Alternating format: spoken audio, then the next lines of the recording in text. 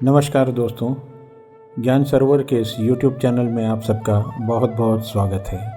अपनी भाषा में इस्तेमाल किए गए शब्दों का चयन हमारी ज़िंदगी में कितना महत्वपूर्ण होता है, हम में से बहुत से लोग नहीं समझ पाते, पर हमारे मुख से निकली हर बात दूसरों पर गहरा प्रभाव छोड़ती है।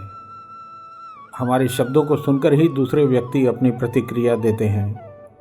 साथियों, शब्दों का प्रभाव कितना गहरा होता है और उसका अंजाम कितना भयानक हो सकता है, ये हम इस कथा द्वारा जान पाएंगे, जिसमें श्री कृष्ण द्रौपदी को इसके बारे में समझाते हैं। दोस्तों, 18 दिन के महाभारत के युद्ध ने द्रौपदी की उम्र 80 वर्ष जैसा कर दिया, शारीरिक रूप से भी और मानसिक रूप से भी। शहर में चारों तरफ विधवाओं का बाहुल्य था। पुरुष इक्का दुक्का ही दिखाई देता था। अनाथ बच्चे घूमते दिखाई पड़ते और सबकी वह महारानी द्रौपदी हस्तिनापुर के महल में निश्चेष्ट बैठी हुई शून्य को निहार रही थी।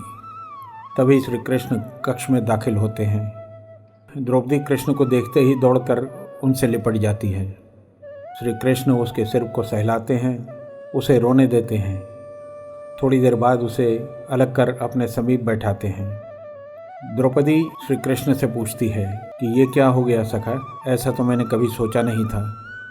कृष्ण कहते हैं, नियति बहुत क्रूर होती है पांचाली, वह हमारे तुम्हारे सोचने के अनुरूप नहीं चलती। वह हमारे कर्मों को परिणामों में बदल देती है। तुम प्रतिशोध लेना चाहती थी ना, और तुम सफल हुई। द्रौपदी, तुम्हारा प्रतिशोध पूरा हुआ। सिर्फ दुर्योधन और दुशासन ही नहीं, सारा कौरव कुल समाप्त हो गया। तुम्हें तो प्रसन्न होना चाहिए। द्रौपदी कहती है कि हे केशव, तुम मेरे घावों को सहलाने आए हो या उन पर नमक लगाने? श्री कृष्ण कहते हैं, मैं सिर्फ तुम्हें सच्चाई से अवगत कराने आया हूँ। हम अपने कर्मों के परिणामों को अधिक दूर तक नहीं देख पाते, और जब वे हमारे समक्ष होते हैं तो हमारे हाथ में कुछ नहीं होता। द्रौपदी पूछती है, तो क्या इस विनाश के लिए पूर्ण रूप से मैं ही जिम्मेदार हूँ?